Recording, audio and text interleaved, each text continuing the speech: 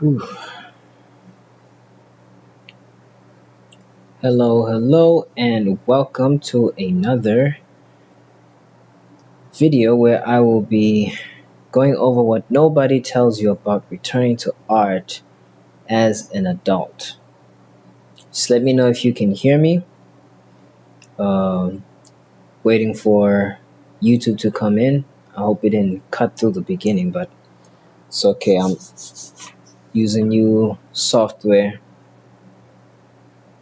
and I hope you get a lot of value out of this. And so, without further ado, let us get into it. My first question that I'd like to ask you is, do you remember how it felt? Do you remember holding the pencil, putting it on the page, and the hours just disappearing, and it didn't matter what you were drawing. You were just in your element, in your imaginations. But you weren't just drawing at those moments, you were alive in a way that nothing else quite matched. But then life happened, right? And you told yourself, this is temporary, I'll come back into it. But that was 5 years ago, maybe 10, maybe more. And here's what no one says out loud: the hardest part of coming back to art isn't the skill, it's the gap between who you know you are on the inside and what shows up on the paper. I'll repeat: the hardest part of coming back into art is the gap between who you know you are on the inside, and what shows up on the paper. This is what is known as the fluency gap.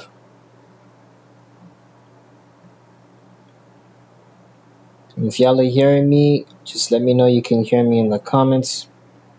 I'm following along. Right, this is called the fluency gap. And if you don't understand the fluency gap, it will convince you to quit again and again every single time that you try. So today I'm going to tell you what nobody told me when I came back to drawing after nearly a decade away, and what I wish someone had said before I wasted months fighting the wrong battle. This video is for you specifically if you used to draw.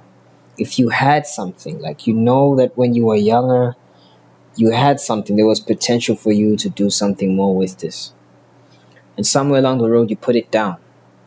And now you're wondering if you can actually get it back or if you just think you can. Because the difference between those two groups isn't talent.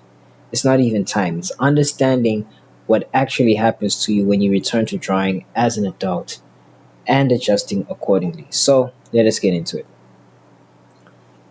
There are three things I believe every adult returning to art should know. And these three things are things that they should not expect. So I'm going to put here three things that you should not expect as an adult when returning to drawing. And the first thing that you should not expect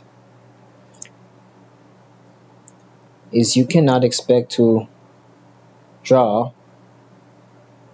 the way you used to.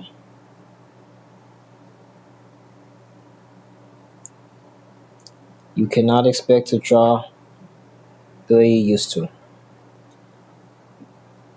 Not in the same amount of time, and at least, and not right away at the very least, right? Not in the same conditions. And the moment you set that as your measuring stick, you've already set yourself up to feel like a failure. If you're going to make it about the amount of time that you are drawing, if you're going to make it about being in the same conditions you were as a kid, like, this is something that is going to cripple your progress or your comeback. And I'm not saying this to lower your expectations. I'm saying it because the version of you who used to draw for hours in your room did not have the life that you have right now with its responsibilities. Paying mortgage, getting your kids if you have any, taking care of your kids if you have any, or your spouse, bills, that version of you that didn't have to take care of these things no longer exists.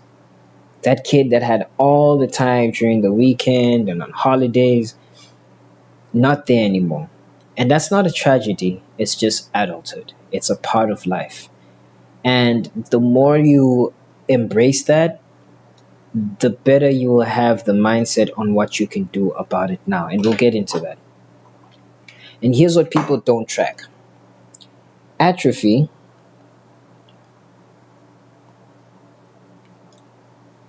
does not mean your skills have disappeared. Atrophy does not even mean you lose your skill.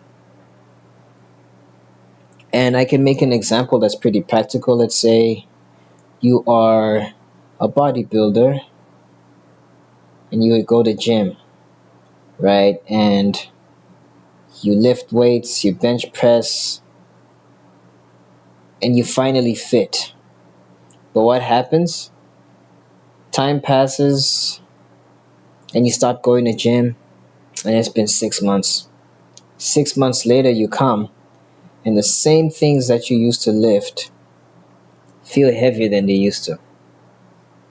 You would run on the treadmill,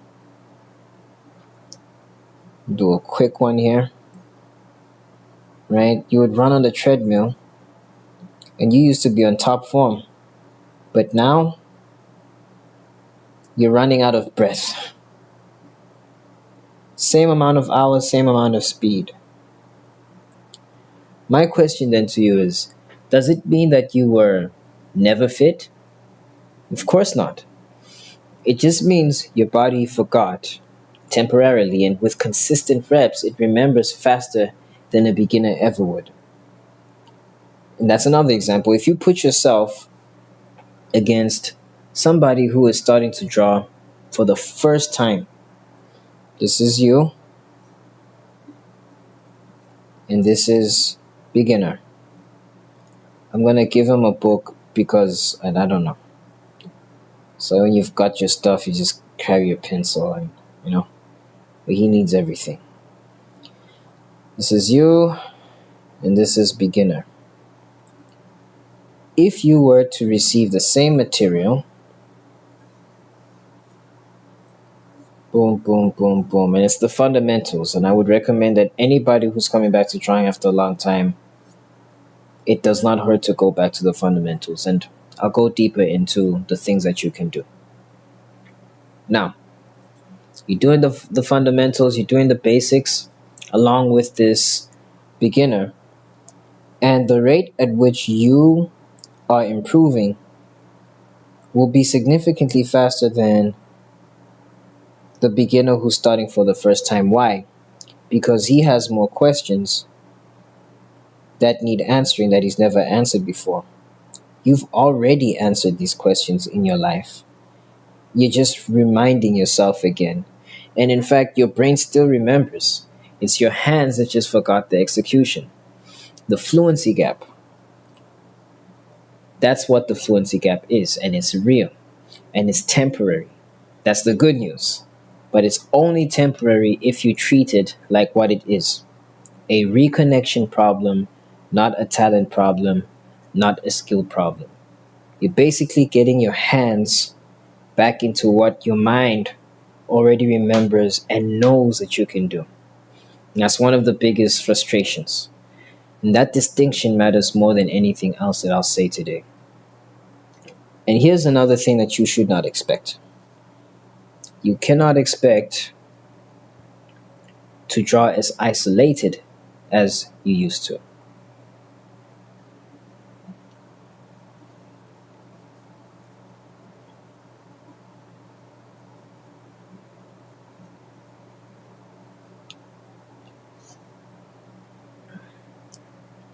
Just a moment. So like I said, you can't expect to draw as much as you used to in terms of time. And you need to know that that's not your fault, because so many things like we mentioned. The second thing is you can't expect to draw as isolated as you used to. And I'm sure this is you in the past, in your room, all by yourself, drawing and sketching for hours on end without the need for anyone around you to incentivize you to do what you love. Here's the problem: as you get older, with the more responsibilities, those things that were taken care of for you now need to be taken care of by you. And that consumes your mental bandwidth. Your attention has to go to many places which are important, and that makes drawing in isolation much more difficult than it ever was in your youth. And another thing that you can't expect to draw, sorry, another thing that you can't expect yourself to do is to draw as well as you used to. Those are the three things. Can't expect to draw as well as you used to. And it's basically together with the fluency gap. So the first thing we know, responsibility takes our time. Responsibility also doesn't allow us to draw freely, isolated, without an environment that primes us or motivates us to draw. And we also can't expect to draw as well as we used to. We need to be at peace with the reality that it has been a while, and it's time to just do the necessary steps that bring us back into form.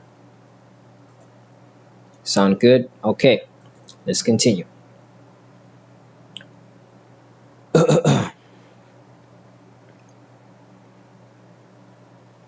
So here's the big thing.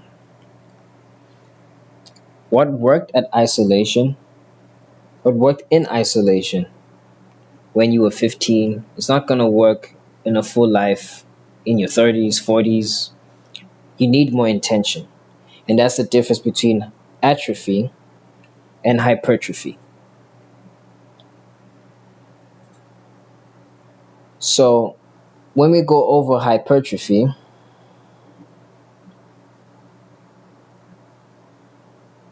you realize that in order to get hypertrophy, you only require one thing, and that is intention.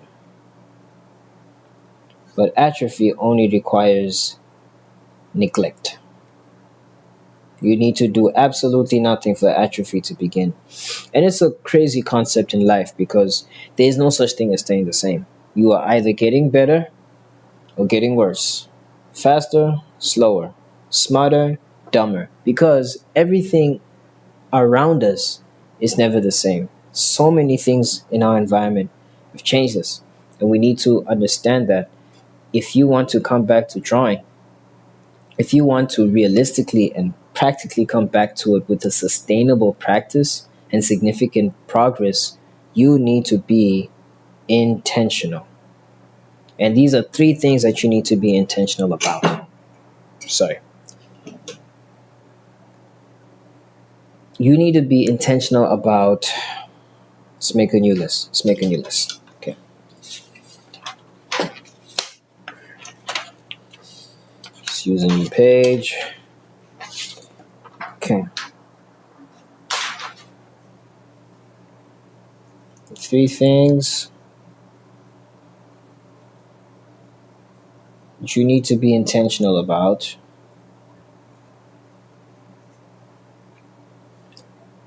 You need to be intentional about your drawing time.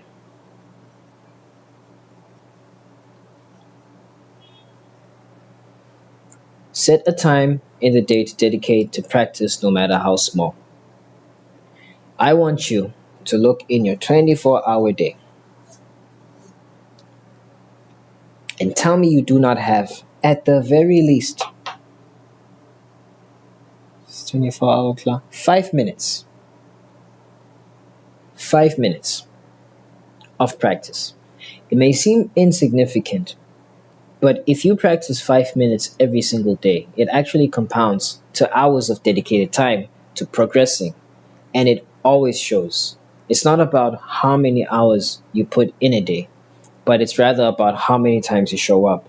And that's why commitment always wins.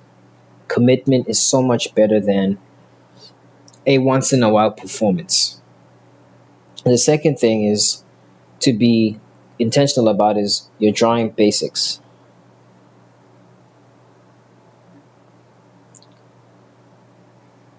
Don't feel ashamed or too old to go back to the basics. Let me just move this cup. I'm not teaching stuff I didn't do to go from basic to intermediate in less than a year.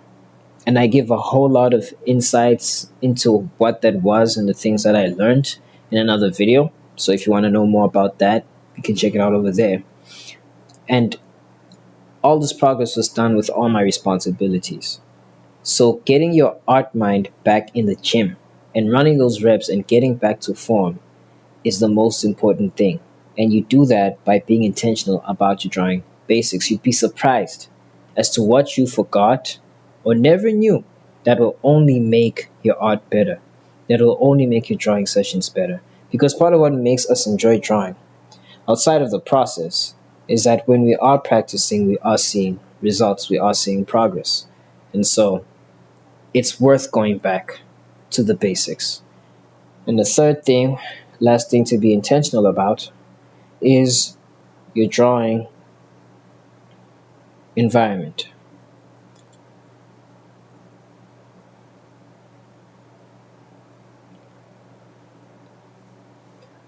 Could have shortened this, it's fine. So, what you can do is find a place you've decided will be the place you dedicate to drawing. And in that said environment, it's important not to have distractions. It should be a place that has your tools ready to use rather than packed away, as that will only encourage you to keep showing up versus always having to unpack your tools, look for a room, and hope today you get something done. So I've dedicated this room in my house as a room where I draw and do some work on the other side. But there are two tables. One is for work and one is for drawing. And so when I'm here, when I'm on this side of the room, I know exactly what I'm here to do. I don't need to remove this drawing board. I don't need to remove my tools. They all just stay here. And all I have to do is show up. So if you have the ability to do that in your environment, it would be very beneficial to getting back into practice and getting back into form. If you don't, it always helps to have a space case where you have your tools together with you that are portable and just a handy sketchbook. That way, once you've decided a room that may not be dedicated 24/7 to drawing can be used at certain pockets of the day, depending on your living environment and dynamics, then that at least is an encouragement to keep drawing. Or, I mean, the benefit of having a sketchbook is that you can draw anywhere. So, definitely take advantage of all the opportunities that you have when you look into your day. And another thing I want to note is that you shouldn't draw alone. Environment is not just about the space in which you're drawing, but the people that you're drawing with. So find a community, whether that's online, whether that's in person, but you need a community because environment shapes behavior. And if you don't change your environment will change you. And that is a good thing or a bad thing depending on what you want to accomplish. You want to accomplish art in your art dreams in an environment that is against it. It's only a matter of time until you give up. You want to encourage your art dreams in an environment that wants you to win. It's only a matter of time until you see yourself succeeding in the area of your interest. And so I hope you found this valuable. Thanks for watching. And I'm going to begin making. Sorry. I hope you found value in this. And from this point onwards, begin making the best art of your life. Until next time.